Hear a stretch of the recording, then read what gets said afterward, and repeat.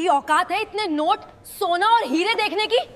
सच सच बता, ये सब कहां से चोरी करके लाया है? अगर तू सच सच नहीं बताएगा तो मैं तुझे जेल में डलवा दूंगी। तू जानती नहीं मैं कौन हूं। मैं तुझे इसी वक्त नौकरी से निकलवा दूंगा। इसे अभी के अभी बैंक से बाहर निकालो। सुबह का वक्त था। शहर की सबसे बड़ी बैंक शाखा में हमेशा की तरह चहल पहल थी। ऐसी की ठंडी हवा, चमकता फर्श, काउंटरों पर बैठी साफ सुथरी वर्दी वाली कर्मचारी और बाहर खड़ा सिक्योरिटी गार्ड। तभी बैंक के मुख्य दरवाजे पर एक लड़का दिखाई दिया। लगभग 15 साल का होगा। कंधे झुके हुए, चेहरे पर थकान, पैरों में घिसी हुई चप्पल और बदन पर फटा पुराना कुर्ता। उसके हाथ में एक भारी सा बोरा था जिसे वह बड़ी मुश्किल से घसीटते हुए अंदर लाया। गार्ड ने उसे ऊपर से नीचे तक देखा और भौहें चढ़ा लीं। ओए, कहां जा रहा है? लड़का रुका। उसकी आवाज धीमी थी। अंकल, बैंक में पैसे जमा करने हैं। गार्ड हंसा। आसपास खड़े 2-4 लोग भी उसकी तरफ देखने लगे। पैसे? तू? गार्ड ने बोरे की तरफ इशारा किया। इसमें क्या है? लड़के ने बोरा जमीन पर रखा। उसके हाथ कांप रहे थे। नोट हैं और कुछ सोने की चीजें। यह सुनते ही गार्ड का चेहरा सख्त हो गया। चल अंदर, मैनेजर से बात होगी। बैंक के अंदर बैठे कर्मचारी पहले ही उसे घूर रहे थे। काउंटर के पास पहुंचते ही एक महिला कर्मचारी ने नाक सिकोड़ ली। ये क्या गंदगी फैला रखी है? ऐसे कपड़ों में बैंक कौन आता है? लड़के ने कुछ नहीं कहा। उसने बोरे का मुंह खोला।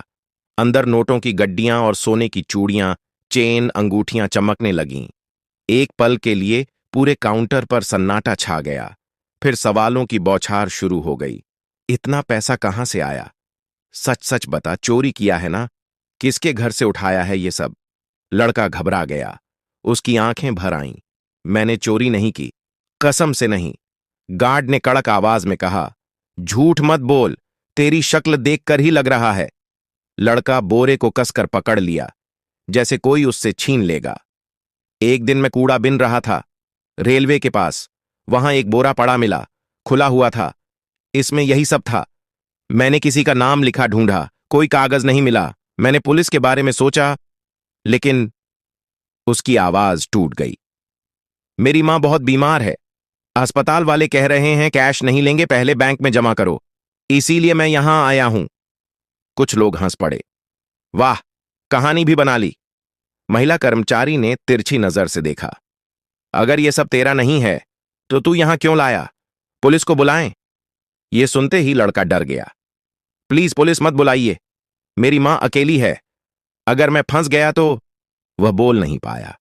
उसकी आंखों से आंसू गिरने लगे। बैंक के अंदर खड़े लोग उसे ऐसे देख रहे थे जैसे वह कोई अपराधी हो। किसी ने यह नहीं सोचा कि इतना छोटा लड़का इतना भारी बोरा लेकर क्यों आया होगा। किसी ने यह नहीं पूछा कि उसकी मां कैसी है। उसी समय केबिन के कांच के दरवाजे के पीछे से एक आदमी यह सब देख रहा था। बैंक का मैनेजर। उसकी नजर लड़के पर टिक गई थी। फटे कपड़े, डरा हुआ चेहरा और बोरे में भरा पैसा। उसका दिल अचानक तेज धड़कने लगा। उसे लग रहा था जैसे वह इस लड़के को कहीं जानता हो। बैंक के मैनेजर केबिन से बाहर आए। उनकी उम्र करीब 40-45 रही होगी। चेहरे पर सख्ती थी, लेकिन आंखों में कुछ अलग सा ठहराव। उन्होंने एक बार पूरे हाल पर नजर डाली, फिर सीधे उस लड़के की तरफ देखा। क्या हो रहा है यहां? उनकी आवाज शांत थी, लेकिन असरदार। महिला कर्मचारी तुरंत बोली, सर, यह लड़का बोरा भरकर नोट और सोना लेकर आया है। कह रहा है जमा करना है। शक है कि चोरी का माल है। मैनेजर ने लड़के को पास बुलाया। तुम्हारा नाम? राहुल। लड़के ने सिर झुकाकर कहा। पूरी बात बताओ, धीरे धीरे। राहुल ने गहरी सांस ली। मैं रोज कूड़ा बिनता हूं, स्टेशन के पीछे, उसी से घर चलता है। उस दिन एक बोरा पड़ा मिला, बहुत भारी था। खोला तो ये सब था। मैंने डर के मारे तुरंत छुपा दिया। सोचा पुलिस के पास जाऊं, लेकिन उसकी आवाज फिर भर्रा गई। मेरी मां गिर पड़ी थी। डॉक्टर बोले ऑपरेशन जरूरी है। अस्पताल वाले बोले पहले पैसे बैंक में जमा होंगे तभी इलाज शुरू होगा। मैनेजर ध्यान से सुन रहे थे। तुम्हारी मां कहां है? झुग्गी में, बहुत कमजोर हो गई हैं। गार्ड बीच में बोल पड़ा। सर, यह सब कहानी हो सकती है। आजकल बच्चे भी बहुत चालाक होते हैं। मैनेजर ने गार्ड को हाथ के इशारे से चुप कराया। अगर यह सच बोल रहा है तो? महिला कर्मचारी बोली, सर, नियम तो नियम है, बिना जांच कैसे जमा करें? मैनेजर कुछ पल चुप रहे, फिर बोले, ठीक है, जांच होगी, लेकिन अभी किसी पर आरोप नहीं लगेगा। उन्होंने राहुल से कहा, डरो मत, जब तक सच सामने नहीं आता कोई तुम्हें हाथ नहीं लगाएगा। राहुल ने पहली बार सिर उठाकर उनकी तरफ देखा। उसकी आंखों में डर के साथ उम्मीद भी थी। मैनेजर ने बोरे की तरफ देखा। नोट पुराने नहीं लग रहे थे, सोने की चीजें भी असली लग रही थीं। तुमने इनमें से कुछ भी खर्च नहीं किया? नहीं सर, कसम से। मैनेजर के मन में अजीब सी हलचल होने लगी। लड़के की आंखें, उसकी आवाज, कहीं कुछ जाना पहचाना सा लग रहा था। उन्होंने स्टाफ से कहा, पैसे गिनकर अलग रखो, लॉकर में रखे जाएंगे, कोई हाथ नहीं लगाएगा। फिर राहुल से बोले, तुम मेरे साथ केबिन में आओ। केबिन के अंदर सन्नाटा था। राहुल कुर्सी के किनारे बैठ गया, जैसे कहीं उसे बैठने का हक ना हो। तुम्हारी उम्र कितनी है? 15। पिता? राहुल चुप हो गया। पता नहीं, मां ने कभी नहीं बताया। यह सुनकर मैनेजर की उंगलियां कुर्सी की बांह पर कस गईं। तुम्हारी मां का नाम? सीमा। यह नाम सुनते ही मैनेजर के चेहरे का रंग बदल गया। एक पल के लिए उनकी सांस रुक गई। सीमा, उन्होंने खुद से जैसे दोहराया। राहुल को कुछ समझ नहीं आया। सर, क्या हुआ? मैनेजर ने खुद को संभाला। कुछ नहीं, बस तुम्हारी मां से मिलना चाहता हूं। राहुल घबरा गया। क्यों सर, मैंने कुछ गलत किया क्या? मैनेजर ने धीरे से कहा, नहीं, शायद बहुत साल पहले मैंने भी कुछ गलत किया था।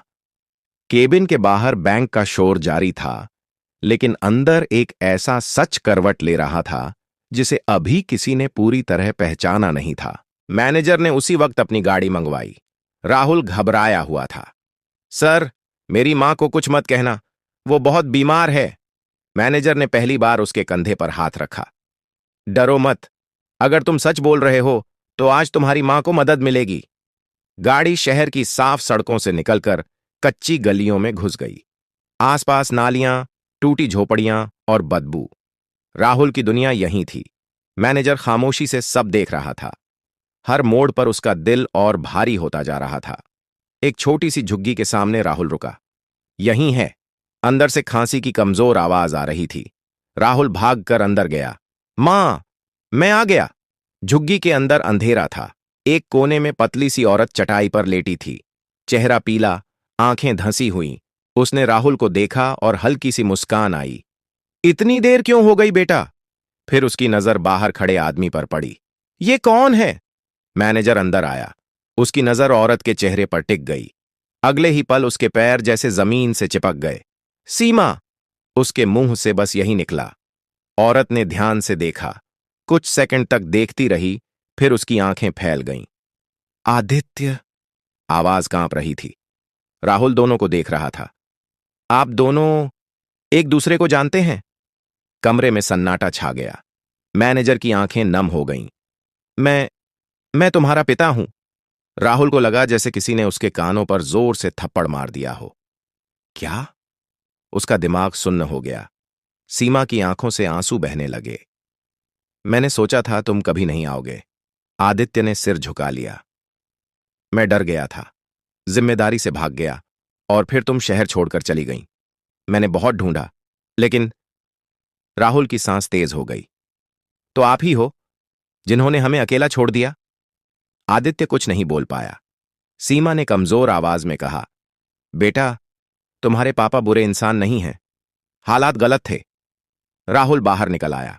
उसकी आंखों से आंसू बह रहे थे, लेकिन वह रो नहीं रहा था। उसके अंदर गुस्सा, दर्द और उलझन सब एक साथ थे। आदित्य उसके पीछे आया। राहुल, मुझे एक मौका दो। राहुल ने पलट कर देखा। मेरी मां मर रही है, और आपको आज याद आया कि आप मेरे पापा हैं? यह शब्द किसी चाकू की तरह लगे। आदित्य ने तुरंत फोन निकाला। अभी अस्पताल चलते हैं, सबसे अच्छे अस्पताल में। 1 मिनट भी नहीं गंवाएंगे। सीमा को स्ट्रेचर पर रखा गया। एम्बुलेंस की आवाज उस बस्ती में गूंज रही थी। लोग झुग्गियों से बाहर निकल आए। कोई नहीं जानता था कि यह औरत और यह लड़का आज किस मोड़ पर खड़े हैं। अस्पताल पहुंचते ही डॉक्टर दौड़ पड़े। हालत बहुत नाजुक है, तुरंत ऑपरेशन करना होगा। आदित्य ने बिना रुके कहा, जो करना है कीजिए, पैसे की चिंता मत कीजिए। राहुल दूर खड़ा यह सब देख रहा था। वही बैंक, वही पैसा, वही आदमी। लेकिन अब कहानी बदल चुकी थी। उसके मन में एक ही सवाल गूंज रहा था, क्या खून का रिश्ता इतने सालों की चुप्पी की भरपाई कर सकता है? अस्पताल की सफेद दीवारों के बीच समय जैसे रुक गया था। ऑन ऑपरेशन थिएटर के बाहर लाल लाइट जल रही थी। राहुल बेंच पर बैठा था, दोनों हाथों में सिर दबाए। उसके कपड़े अब भी वहीं फटे हुए थे, लेकिन यहां किसी ने कुछ नहीं कहा। फिर भी उसे लग रहा था जैसे हर कोई उसे देख रहा हो। आदित्य कुछ दूरी पर खड़ा था, फोन कान से लगा हुआ। हाँ, जो भी डॉक्टर्स मांगे सब अरेंज करो। हाँ, तुरंत। फोन काटकर वह राहुल के पास आया। डॉक्टर अच्छे हैं, सब ठीक हो जाएगा। राहुल ने सिर उठाकर देखा, उसकी आंखें लाल थीं। अगर कुछ हो गया ना तो मैं आपको कभी माफ नहीं करूंगा। आदित्य ने बिना बुरा माने कहा, अगर कुछ हो गया तो मैं खुद को भी माफ नहीं कर पाऊंगा। दोनों फिर चुप हो गए। कई घंटे बीत गए। हर मिनट भारी लग रहा था। राहुल को याद आ रहा था कैसे उसकी मां रात को दर्द में भी मुस्कुरा देती थी, कैसे उसने कभी अपने लिए कुछ नहीं मांगा, और आज वह जिंदगी और मौत के बीच थी। अचानक ऑपरेशन थिएटर का दरवाजा खुला। डॉक्टर बाहर आए। ऑपरेशन सफल रहा है, लेकिन अगले 24 घंटे बहुत जरूरी हैं। राहुल की आंखों से आंसू बह निकले। उसने राहत की सांस ली। मैं उनसे मिल सकता हूं? अभी नहीं, थोड़ी देर बाद। आदित्य ने पहली बार राहुल के सिर पर हाथ रखा। राहुल ने हटाया नहीं। इसी बीच बैंक में हंगामा मचा हुआ था। बोरा भरकर आए पैसे और सोने की खबर फैल चुकी थी। कर्मचारी फुसफुसा रहे थे। वही लोग जो सुबह राहुल पर शक कर रहे थे, अब डरे हुए थे। महिला कर्मचारी ने गार्ड से कहा, अगर यह सच में मैनेजर का बेटा निकला तो? गार्ड का चेहरा उतर गया। तो हम गए। आदित्य ने अस्पताल से ही बैंक के सीनियर ऑफिस को फोन किया। आज बैंक में जो हुआ उसकी पूरी रिपोर्ट चाहिए, कोई बात छुपाई नहीं जाएगी। उसकी आवाज में अब नरमी नहीं थी। शाम को राहुल को आईसीयू के बाहर खड़ा किया गया। कांच के उस पार उसकी मां लेटी थी। मशीनों की आवाजें आ रही थीं। वह पहली बार इतना बेबस महसूस कर रहा था। आदित्य उसके पास आकर बोला, मैं जानता हूं तुम मुझसे नाराज हो, होना भी चाहिए। राहुल ने बिना देखे कहा, नाराज नहीं हूं, बस खाली हूं, जैसे अंदर कुछ टूट गया हो। आदित्य के पास इसका कोई जवाब नहीं था। कल, आदित्य बोला, कल हम फिर बैंक जाएंगे। राहुल चौंका। क्यों? क्योंकि जो हुआ उसका हिसाब होना चाहिए, और क्योंकि अब तुम भागने वाले नहीं हो। राहुल ने पहली बार उसकी तरफ देखा। और मेरी मां? जब तक वो पूरी तरह ठीक नहीं हो जाती, मैं यहीं रहूंगा। उस रात राहुल अस्पताल के फर्श पर ही सो गया। पहली बार उसे पेट भर खाना मिला, लेकिन मन भरा नहीं था। सपने में उसे फिर वही बोरा दिखा, लेकिन इस बार बोरे में पैसा नहीं था, सवाल थे। सुबह होते होते एक बात साफ थी, आज सिर्फ बैंक नहीं, कई चेहरे बेनकाब होने वाले थे। अगली सुबह राहुल की नींद अस्पताल की हलचल से खुली। नर्सें आ जा रही थीं, मशीनों की आवाजें लगातार चल रही थीं। उसकी मां अब होश में थी, आंखें कमजोर थीं, लेकिन राहुल को देखते ही हल्की सी मुस्कान आ गई। डर गया था क्या? मां ने धीमे से पूछा। राहुल ने सिर हिला दिया। अब सब ठीक हो जाएगा मां। वह झूठ नहीं बोल रहा था। पहली बार उसे ऐसा लग रहा था कि हालात उसके हाथ से पूरी तरह फिसल नहीं रहे। कुछ देर बाद आदित्य आया। आज उसने साधारण कपड़े पहने थे, न कोई रौब, न कोई दिखावा। डॉक्टर ने कहा है खतरा टल गया है। राहुल ने राहत की सांस ली। चलो, आदित्य बोला, अब बैंक चलते हैं। राहुल का दिल तेज धड़कने लगा। वही जगह, वही लोग, वही नजरें। फर्क सिर्फ इतना था कि आज वह अकेला नहीं था। बैंक के बाहर मीडिया खड़ी थी, कैमरे, माइक, सवाल। सर, कल जो घटना हुई उस पर आपका क्या कहना है? क्या सच में वह लड़का आपका बेटा है? आदित्य ने किसी को जवाब नहीं दिया, सीधे अंदर चला गया। राहुल उसके साथ साथ था। बैंक के अंदर सन्नाटा छा गया। वही कर्मचारी, वही काउंटर। महिला कर्मचारी और गार्ड दोनों के चेहरे उतरे हुए थे। किसी की हिम्मत नहीं हो रही थी नजर मिलाने की। आदित्य ने सभी स्टाफ को इकट्ठा होने को कहा। कल जो हुआ वह सिर्फ एक लड़के के साथ नहीं हुआ, वह हमारे सिस्टम की सच्चाई थी। उसने राहुल की तरफ इशारा किया। ये मेरा बेटा है, लेकिन अगर ये मेरा बेटा न भी होता तब भी इसके साथ हुआ व्यवहार गलत था। महिला कर्मचारी की आंखों में आंसू आ गए। सर, हमसे गलती हो गई। आदित्य ने उसे बीच में रोक दिया। गलती तब होती है जब बिना सोचे कुछ हो जाए। यहां सोचकर अपमान किया गया। गार्ड का सिर झुका हुआ था। आदित्य ने साफ शब्दों में कहा, आप तीनों को तत्काल प्रभाव से निलंबित किया जाता है, जांच पूरी होने तक। पूरा बैंक खामोश था। फिर आदित्य ने राहुल से कहा, तुम्हें कुछ कहना है? राहुल आगे बढ़ा। उसकी आवाज कांप रही थी, लेकिन शब्द साफ थे। मैं चोर नहीं हूं, मैं सिर्फ अपनी मां को बचाना चाहता था। अगर मेरे कपड़े अच्छे होते तो शायद आप लोग मुझसे ऐसे बात नहीं करते। कई कर्मचारियों की नजरें झुक गईं। राहुल ने बोरे की तरफ देखा जो अब टेबल पर रखा था। यह पैसा आज भी मेरा नहीं है। जिसने भी खोया है उसे लौटाया जाएगा। आदित्य ने सिर हिलाया। और जब तक असली मालिक नहीं मिलता यह पैसा सुरक्षित रहेगा। बैंक के बाहर खड़े लोग यह सब देख रहे थे। वही लड़का जिसे कल दुत्कारा गया था, आज सच के साथ खड़ा था। राहुल को पहली बार लगा कि उसकी आवाज सुनी जा रही है, लेकिन उसके मन में अब भी एक सवाल था। क्या एक दिन की इंसाफ की कहानी सालों के दर्द को मिटा सकती है? बैंक से निकलते समय राहुल के कदम भारी थे। आज उसे इंसाफ मिला था, लेकिन मन के भीतर कई गांठें अब भी खुलनी बाकी थीं। आदित्य ने चुपचाप उसके साथ चलना ठीक समझा। न कोई सवाल, न कोई सफाई। अस्पताल लौटते ही डॉक्टर ने बताया कि राहुल की मां की हालत स्थिर है, लेकिन पूरी तरह ठीक होने में समय लगेगा। दवाइयां, देखभाल और आराम जरूरी था। राहुल ने राहत की सांस ली। शाम को आदित्य ने पुलिस को बैंक बुलाया। बोरे में मिले पैसे और सोने की पूरी जानकारी दी गई। जब तक असली मालिक नहीं मिलता यह सब सरकारी कस्टडी में रहेगा, इंस्पेक्टर ने कहा। राहुल को थोड़ी घबराहट हुई। अगर मालिक कभी नहीं मिला तो? आदित्य ने जवाब दिया, तो कानून अपना फैसला करेगा, लेकिन तुम्हें डरने की जरूरत नहीं है। तुमने सही किया। पुलिस ने राहुल से भी सवाल पूछे। उसने वही बात दोहराई जो पहले बता चुका था।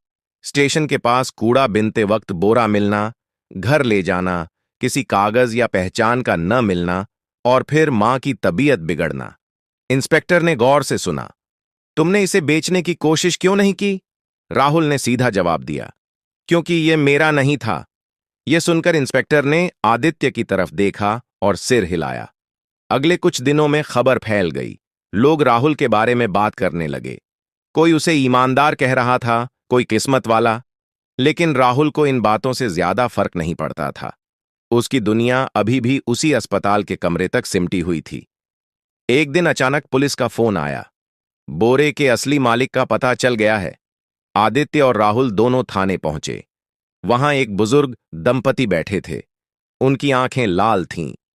वह बोरा हमारा है, आदमी बोला। हमने जमीन बेचकर पैसे और जेवर रखे थे। ट्रेन में उतरते वक्त गलती से दूसरा बोरा उठ गया। सबूत मिलते ही मामला साफ हो गया। बोरा उन्हें लौटा दिया गया। बुजुर्ग औरत राहुल के पास आई। बेटा, अगर तुम ना होते तो हमें सब खोना पड़ता। उसने राहुल के हाथ में कुछ पैसे रखने चाहे, लेकिन राहुल ने हाथ पीछे कर लिया। मुझे कुछ नहीं चाहिए। आदित्य ने पहली बार दिल से मुस्कुराकर बेटे को देखा। उसी रात राहुल ने मां से सब कुछ बता दिया। पिता, बैंक, सच्चाई। सीमा ने उसकी बात शांति से सुनी। मैं चाहती थी तुम सच जानो, उसने कहा, लेकिन सही वक्त का इंतजार था। राहुल ने धीरे से पूछा, क्या आप उन्हें माफ कर पाईं? सीमा ने आंखें बंद कर लीं। माफी आसान नहीं होती बेटा, लेकिन बोझ हल्का हो जाता है। राहुल समझने लगा था कि जिंदगी सिर्फ सही और गलत में नहीं बटी होती। कई बार लोग हालात से हार जाते हैं। अब कहानी अपने आखिरी मोड़ की तरफ बढ़ रही थी, लेकिन अभी एक फैसला बाकी था। राहुल का भविष्य किस दिशा में जाएगा? अस्पताल से छुट्टी का दिन आया तो राहुल को अजीब सा लग रहा था। झुग्गी में लौटने की जरूरत नहीं थी। आदित्य ने शहर के एक शांत से इलाके में छोटा सा फ्लैट दिलवा दिया था। ज्यादा बड़ा नहीं, लेकिन साफ, सुरक्षित और रोशनी से भरा हुआ। सीमा खिड़की के पास खड़ी होकर बाहर देख रही थी। इतनी शांति की आदत नहीं है, उसने हल्की मुस्कान के साथ कहा। राहुल चुप था। उसके अंदर खुशी और डर दोनों साथ थे। मां, अब सब बदल जाएगा ना? सीमा ने उसका हाथ थाम लिया। बाहरी चीजें बदलेंगी, इंसान वहीं रहेगा अगर तुम चाहो तो। आदित्य ने राहुल का एडमिशन एक अच्छे स्कूल में करवाया। फॉर्म भरते वक्त एक सवाल आया, पिता का नाम। कलम कुछ सेकंड हवा में रुकी रही। अगर तुम चाहो तो, आदित्य ने धीरे से कहा। राहुल ने कागज देखा, फिर मां की तरफ। मैं अपना नाम नहीं बदलूंगा, मैं राहुल ही रहूंगा। आदित्य ने बिना बहस सिर हिला दिया। ठीक है। स्कूल का पहला दिन आसान नहीं था। नए कपड़े थे, नई किताबें थीं, लेकिन पुराने डर भी साथ थे। कुछ बच्चे उसे अजीब नजरों से देख रहे थे। किसी को पता चल गया था कि वह वही लड़का है जिसकी खबर टीवी पर आई थी। एक लड़के ने पूछा, तू सच में कूड़ा बिनता था? राहुल ने सीधा जवाब दिया, हां, और अब पढ़ता हूं। बस इतना ही। धीरे धीरे चीजें बदलने लगीं।